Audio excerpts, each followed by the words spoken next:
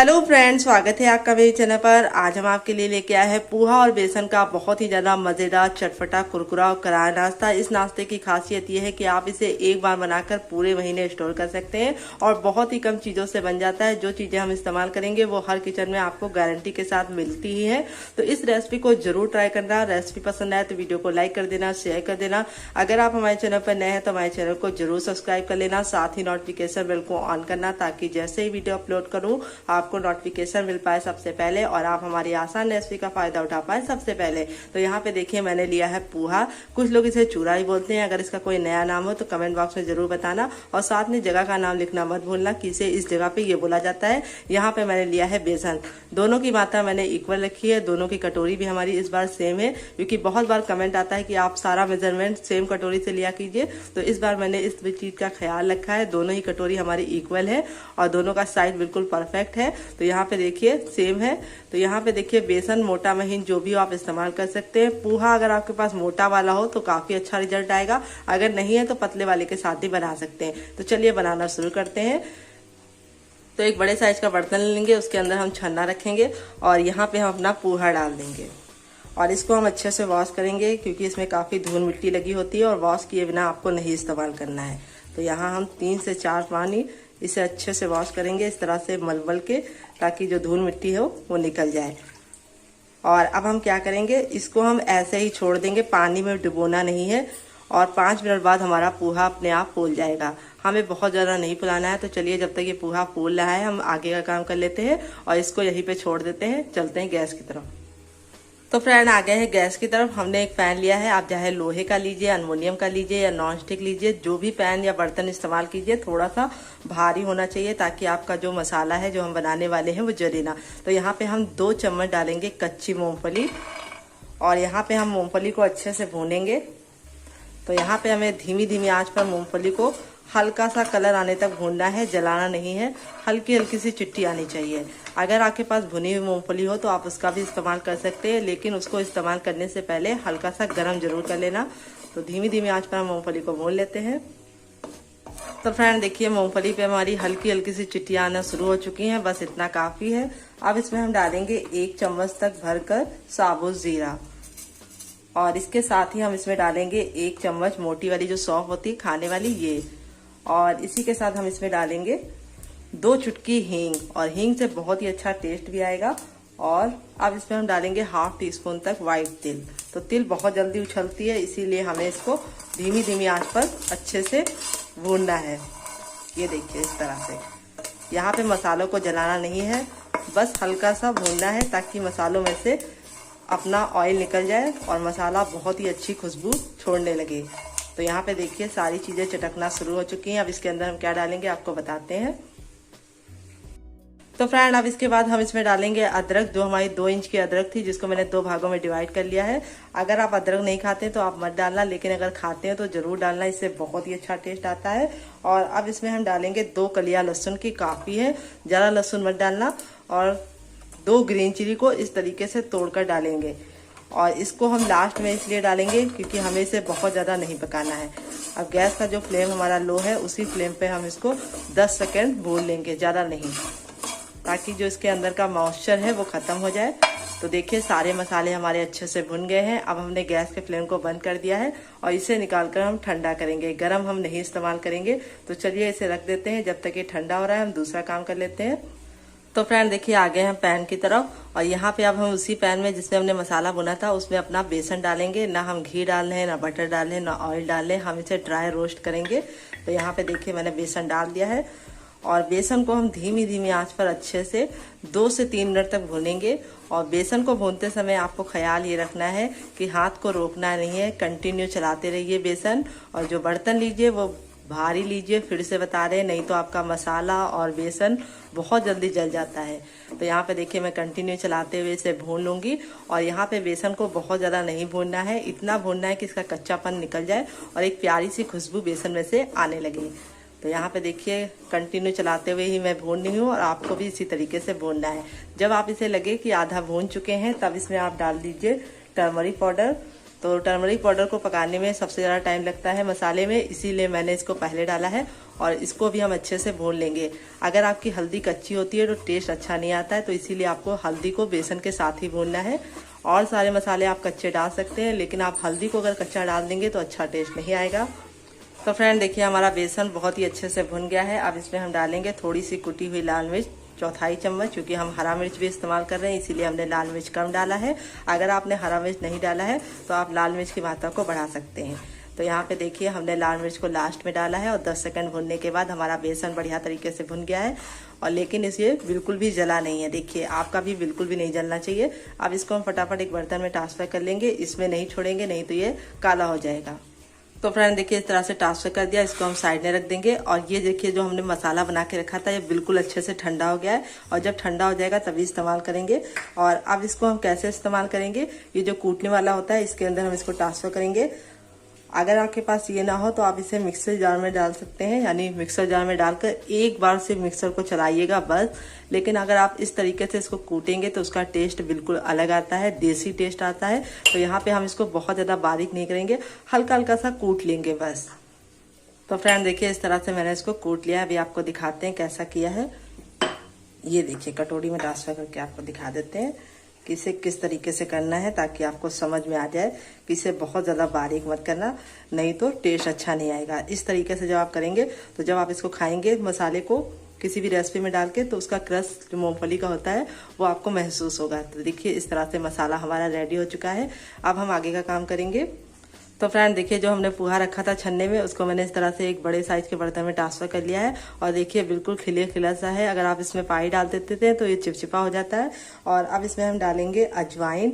तो अजवाइन को हम डायरेक्ट नहीं डालेंगे, इस तरीके से ले लेंगे अजवाइन को। 1 चम्मच अजवाइन है और इस तरह से हथेलियों के बीच में मसलते हुए डालेंगे, इससे बहुत ही अच्छा टेस्ट आता है अजवाइन का। और अब इसमें हम थोड़ा सा तेल डालेंगे, 1/2 टीस्पून तक। और यहाँ पे मैं रिफाइंड ऑयल इस्तेमाल कर रही हूँ, आप चाहें तो घी और बटर भी इस्तेमाल कर सकते हैं, लेकिन सरसों का तेल मत डालना। और जो मैंने तेल डाला है उसको मैंने हल्का सा गर्म करके डाला है, ठंडा तेल मत डालना। अब इसके बाद 1/2 टीस्पून तक हम इसमें डालेंगे नमक। अगर आप लोग ज़्यादा नमक खाते हैं तो आप नमक की मात्रा को बढ़ा सकते हैं। और अब इसको हम बढ़िया तरीके से मिला देंगे। और अब इसमें हम डालेंगे 1 कटोरी गेहूँ का आटा, जो नॉर्मल आटा आता है जिससे हम लोग रोटियां बनाते हैं वो डाल रहे हैं। अगर आपके पास गेहूं का आटा ना हो तो आप चावल का आटा भी इस्तेमाल कर सकते हैं, या फिर इसके बिना भी बना सकते हैं। तो अब हम इसको बढ़िया तरीके से मसलते हुए एक आटे के फॉर्म में ले आएंगे। तो देखिए पानी की बिल्कुल भी ज़रूरत नहीं पड़ेगी, क्योंकि हमारा जो पोहा था बिल्कुल अच्छे से फूला हुआ है। तो यहाँ पे मैंने 50 ग्राम गेहूं का आटा डाला है, जिसको मैंने बारीक वाले कपड़े से अच्छे से चाल कर डाला है। उससे क्या होता है, पतला जो आटा होता है वो गिर जाता है और मोटा आटा रह जाता है, तो उससे आपके नाश्ते का लुक बहुत प्यारा आता है। आप चाहे तो इसमें मैदा भी ऐड कर सकते हैं 1 कटोरी। तो यहाँ पे हम पानी का बिल्कुल भी इस्तेमाल नहीं करेंगे, क्योंकि हमारा पोहा अच्छे से फूला था, उसी से आटा लग गया है। अगर आपको लगे कि आपका आटा नहीं लग पा रहा तो आप इसमें पानी डाल सकते हैं, अगर आपको ज़रूरत महसूस हो। तो इस तरीके से देखिए हमारा ये डो था बिल्कुल अच्छे तरीके से लग गया है, ना बहुत ज़्यादा ये टाइट है ना बहुत ज़्यादा सॉफ्ट है। अब इसको हम इस तरह से कवर करके 5 मिनट का टाइम देंगे, ताकि दोनों चीज़ें आपस में अच्छे से मिल जाए। और 5 मिनट बाद हम इसे चेक करेंगे। तो चलिए इसे साइड में रख देते हैं, तब तक हम दूसरा काम करते हैं, हाथों को वॉश कर लेते हैं पहले। तो फ्रेंड हाथ को अच्छे से वॉश कर लिया है। अब हम एक बड़े साइज का बर्तन लेंगे, इसके अंदर हमारा जो ये मसाला बनाया था हम सारा का सारा ऐड कर देंगे, बचाना बिल्कुल भी नहीं, क्योंकि हमने इसी के हिसाब से बनाया था। और अब हमारा बेसन भी अच्छे से ठंडा हो गया, ये भी हम सारा का सारा ऐड करेंगे। और दोनों को हम बढ़िया तरीके से पहले मिक्स करेंगे। और अब इसमें हम डालेंगे एक मीडियम साइज की प्याज, जिसको हमने हल्का सा मोटा मोटा कट कर लिया है। ज़्यादा प्याज मत डालना, सिर्फ एक मीडियम साइज की प्याज काफ़ी है। अगर आपकी बड़ी प्याज है आप आधा प्याज डाल देना। और अब हम इसको टेस्टी बनाने के लिए इसमें डालेंगे 1 चम्मच भरकर चाट मसाला। अगर आपके पास चाट मसाला ना हो तो आप लोग ड्राई आमचूर पाउडर यानी खटाई डाल सकते हैं, या फिर आधा नींबू का रस डाल देना, या फिर आप इसमें वाइट विनेगर भी डाल सकते हैं, यानी सफ़ेद वाला जो सिरका आता है वो भी डाल सकते हैं। तो बहुत सारे ऑप्शन दे दिए हैं। और अब इसके अंदर हम क्या डालेंगे आपको बताते हैं। अब इसमें हम 1 ग्रीन चिली जो हमने इस तरह से मोटी मोटी कट की है ये डाल देंगे।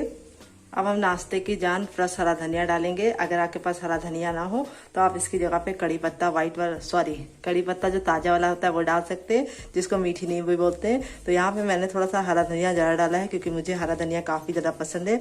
अगर आप लोग ज़्यादा नहीं खाते हैं तो आप इसकी मात्रा को अपने हिसाब से मैनेज कर सकते हैं। और अब इसके टेस्ट को बढ़ाने के लिए हम इसमें डालेंगे देसी घी। तो यहाँ पे देखिए 1 चम्मच देसी घी ले लिया है मैंने तड़के पैन में, और इसको मैं बिल्कुल अच्छे से गर्म करके इसके अंदर डालूंगी। देसी घी डालने से इसका टेस्ट भी अच्छा आएगा, काफ़ी ज़्यादा खस्ता और कुरकुरा बनेगा अपना नाश्ता। अगर आपके पास घी ना हो तो आप इसकी जगह पे बटर डाल सकते हैं या फिर रिफाइंड ऑयल को गर्म करके डाल देना। तो चलिए इसे गर्म करके लेकर आते हैं फटाफट। तो फ्रेंड देखिए बिल्कुल अच्छे से गर्म कर लिया है। अब ये हम इसके अंदर डाल देंगे और इसको हम मिला देंगे। तो पहले हम इसलिए चम्मच से मिला रहे थे क्योंकि हमारा घी गर्म था। अब इसको हम हाथ से बढ़िया तरीके से मिक्स कर देंगे। लास्ट में हम इसमें डालेंगे गरम मसाला। तो देखिए मिक्स कर लिया है, इस तरह से ये बंध रहा है। अगर नहीं बंध रहा है तो आपको थोड़ा सा घी और डालना पड़ेगा। और अब इसमें हम लास्ट में गरम मसाला डालेंगे और फिर अपना नाश्ता बनाना शुरू करेंगे। तो ये गया हमारा 1 चम्मच भरकर गरम मसाला जो हमारा होममेड है। अगर आपको इसकी रेसिपी चाहिए तो कमेंट बॉक्स में कमेंट करना, आपके साथ शेयर कर दूंगी। तो चलिए अब अपने हम आटे को चेक कर लेते हैं। तो यहाँ पे हम थोड़ा सा हाथों में ऑयल लगा लेंगे ताकि ये चिपके ना, क्योंकि इसके अंदर पोहा पड़ा है तो हल्का सा ये चिपकेगा। और अब इसको हम मसल कर चिकना कर लेंगे। और गूंदने की गलती मत करना क्योंकि हमारा जो डो रखा था उसी वजह से ये काफ़ी फ्लफी हो गया है। तो अब इसको हम इस तरह से 1 से 2 पंच हल्का हल्का सा मारेंगे, बस प्रॉपर गूंदना नहीं है। जैसे हम लोग रोटी के लिए आटा गूंदते हैं उस तरीके से नहीं गूंदना है। अब ये हो गया है रेडी। अब हम अपने नाश्ते को बनाना शुरू करेंगे। तो हम बनाने से पहले अपनी हथेली पे हल्का सा ऑयल लगा लेंगे और अब इसमें से हम एक इस तरह से पेड़ा लेंगे जो हम रोटी के इतना मोटा लेंगे, पतला मत लेना। और इसको हम अच्छे से गोल करने के बाद इस तरीके से फ्लैट करेंगे। ये देखिए। और अब हम अपनी तैयार इस मसाले को इसके अंदर डालेंगे। तो यहाँ पे आपको बीच का हिस्सा हल्का सा मोटा और साइड का पतला रखना है। और आप जितना चाहे इसके अंदर फिल कर सकते हैं।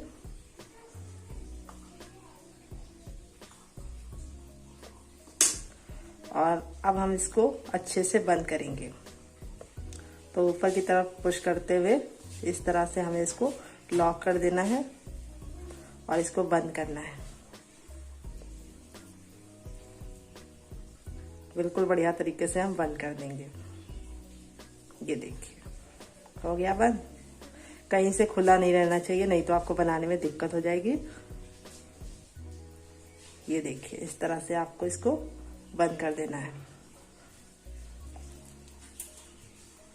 तो जहाँ पे आपको लगे कि खुल रहा है वहाँ पे आप इसको इस तरह से प्रेस करते हुए बंद कर लीजिए। अब इसको हम बिल्कुल बढ़िया तरीके से गोल करने के बाद हाथ में रख के बीच से फ्लैट करेंगे इस तरह से। और जितना चाहे आप इसको बड़ा और छोटा रख सकते हैं। और इस तरह से हम इसको चारों तरफ से मारेंगे ताकि जो हमारा अंदर का मसाला है वो चारों तरफ फैल जाए। और ये देखिए रेडी हो चुका है। इसी तरीके से बाकी भी रेडी कर लेते हैं, फिर आपको दिखाते हैं। तो फ्रेंड इस तरह से मैंने बना लिया है। आप इसे इस तरह से बना के फ्रिज में भी लगा सकते हैं। जब आपका मन हो आप इसे निकाल कर डीप फ्राई कर सकते हैं या फिर फ्राई कर सकते हैं या फिर सैलो फ्राई कर सकते हैं। तो चलिए अब आपको हम दिखाते हैं कि हम इसे कैसे बनाएंगे। और बहुत ही ज्यादा कुरकुरा और क्रिस्पी बनने के साथ साथ आप इसे पूरे महीने स्टोर भी कर सकते हैं। तो चलते हैं गैस की तरफ। तो फ्रेंड आ गए गैस की तरफ। एक पैन लिया है और इसमें हमने डाला है तेल जो हमारा है 4 बड़ा चम्मच। बड़े चम्मच थे, अगर आपका छोटा चम्मच है आपको 8 चम्मच लग जाएगा। तो मैं इसे सैलो फ्राई करूंगी, आप चाहे तो इसे डीप फ्राई भी कर सकते हैं। तो यहाँ पे तेल हमारा अच्छे से जब गर्म हो जाएगा तभी हम डालेंगे। और जो भी बर्तन लीजिए थोड़ा सा भारी होना चाहिए। तो जब हमारा तेल गर्म हो चुका है इस तरह से बिल्कुल आराम से डालेंगे, पटकेंगे नहीं।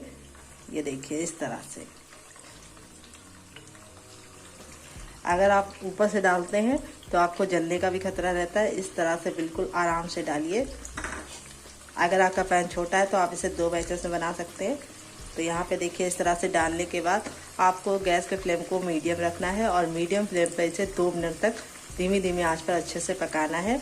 और 2 मिनट के पहले आपको इसमें कुछ भी नहीं टच करना है, ना ही नाइफ ना ही चक्कू, दोनों एक ही चीज़ है। ना ही कड़छी ना चम्मच, कुछ भी लगाने की ज़रूरत नहीं है। 2 मिनट तक आप इसे बिना टच किए हुए पकने दीजिए। तो फ्रेंड 2 मिनट तक हो चुका है, ये देखिए ऊपर से फूलने लगी है। अब इसको हम नाइफ की सहायता से इस तरह से टर्न कर देंगे। तो यहाँ पे एक साइड से कुरकुरी हो चुकी है, तो अब इसे हम दूसरे साइड से भी धीमी धीमी आंच पर 2 मिनट तक पकाएंगे। तो देखिए एक भी फटी नहीं है और जो हमने इसके अंदर फिल किया था वो बिल्कुल भी बाहर नहीं निकला है। तो आप भी अगर सावधानी से काम करेंगे तो आपका भी रिजल्ट ऐसा ही आएगा।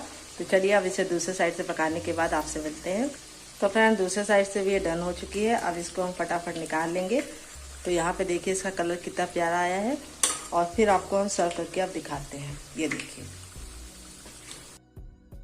तो फ्रेंड लीजिए हमारा खूबसूरत सा नाश्ता बनकर रेडी हो चुका है। देख लीजिए इसका फाइनल लुक, इसके अंदर कितने अच्छे अमाउंट में मैंने फिल किया था। इस तरह से मैं आपको तोड़ कर दिखा रही हूँ क्योंकि बहुत सारे लोग कमेंट करते हैं कि आपने तोड़ा नहीं। तो देखिए इस बार मैंने पहले से ही तोड़ दिया है ताकि आपको कोई भी डाउट ना रहे। बिल्कुल अच्छे से फिल किया है, काफी ज्यादा क्रिस्पी है, करारा है, कुरकुरा है और इसे मैंने सर्व किया है केचप के साथ। आप इसे मोमोज वाली चटनी के साथ या फिर चाय के साथ भी खा सकते हैं। तो कैसी लगी आपको ये अमेजिंग सी रेसिपी जल्दी से कमेंट बॉक्स में बताना। रेसिपी पसंद आए तो वीडियो को लाइक कर देना, शेयर कर देना। अगर आप हमारे चैनल पर नए हैं तो हमारे चैनल को सब्सक्राइब कर लेना, साथ ही नोटिफिकेशन बेल को ऑन करना ताकि जैसे वीडियो अपलोड करूं आपको नोटिफिकेशन मिल पाए सबसे पहले और आप हमारी आसान रेसिपी का फायदा उठा पाए सबसे पहले। तो मिलते हैं बहुत ही आसान रेसिपी के साथ। तो अपना ख्याल रखिए। Love you all, bye and take care.